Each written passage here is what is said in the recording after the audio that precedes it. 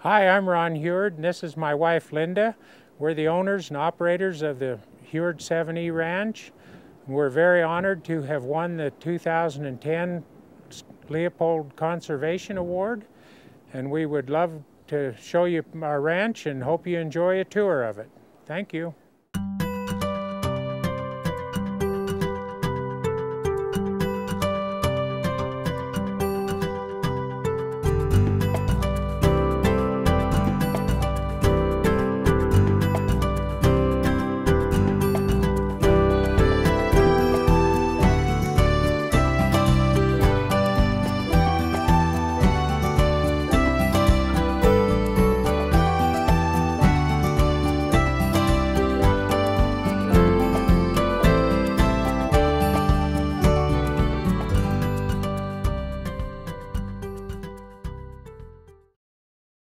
My family came here. My grandfather and his two brothers and sister and mother come here to this country from England in 1906.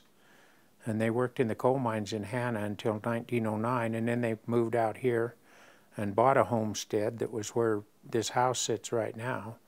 And then they each took up a homestead, or took out a homestead. And I think probably one reason why my family made a go of it out in this harsh country is because there was enough of them that they got enough land that it gave them enough they could start and run some sheep, and they started out running old ewes and gradually just kept expanding and getting bigger and bigger, and they ran sheep for the first 62 years that this place was a bit in business, and then the sheep business got so terrible that when the last of the brothers, my great uncle Mark, passed away, we started selling some of the sheep and going to cattle, and so for the last 40 years or 42 years we've had cattle on the place, and cattle and sheep. We still run a few sheep just because we like sheep. But I respect and admire this land, and because it's been in our family for so long, it's important to me. It's part of my life, and it's the most important thing there is to take care of the land.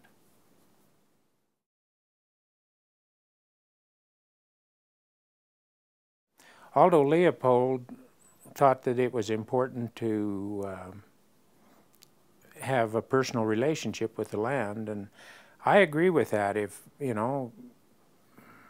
you don't love the land and respect the land and take care of the land,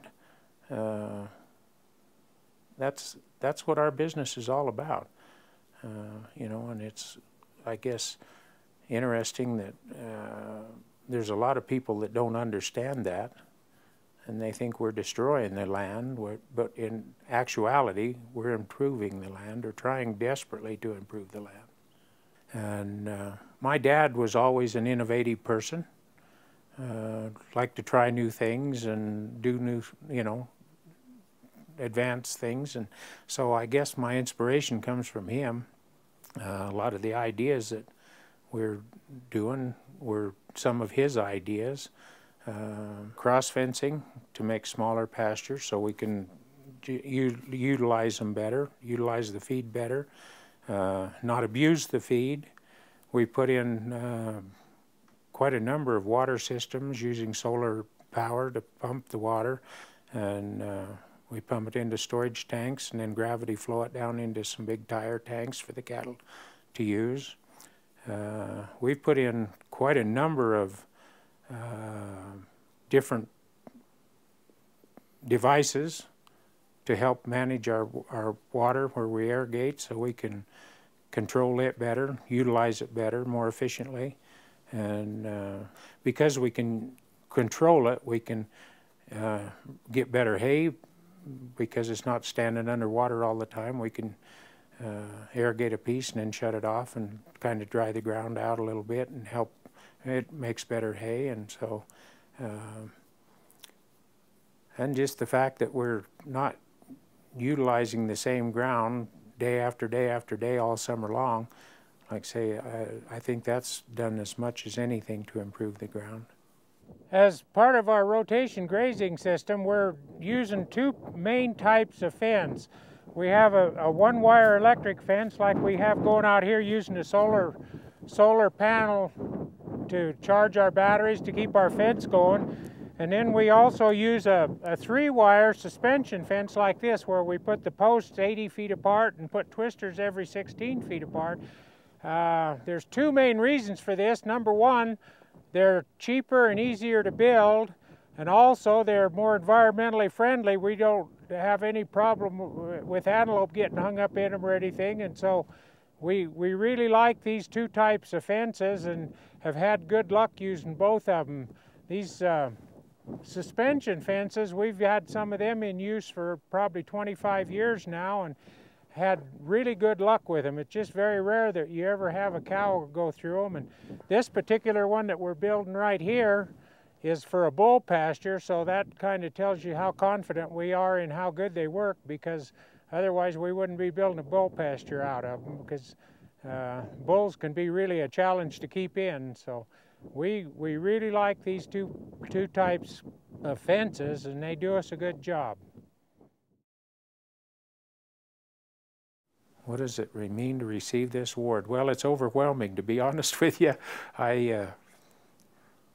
I'm still having a struggle trying to believe that they picked me out of everybody in the state to receive this award. You know, as I said earlier, you know, we're trying to do what we can to maintain and improve the land, but I didn't think I was doing anything special enough to receive this award, so it's a little overwhelming. I'm kind of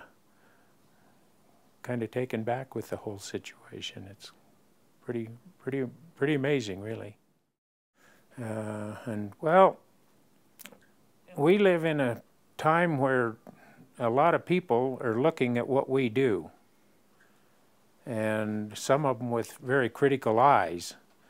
And I think the more that we can show people, you know, the general public, that we're doing things that are improving the land and helping the land and making it better, I think the better off we'll be, you know, because like I say, there's a lot of people that are critical of what we do.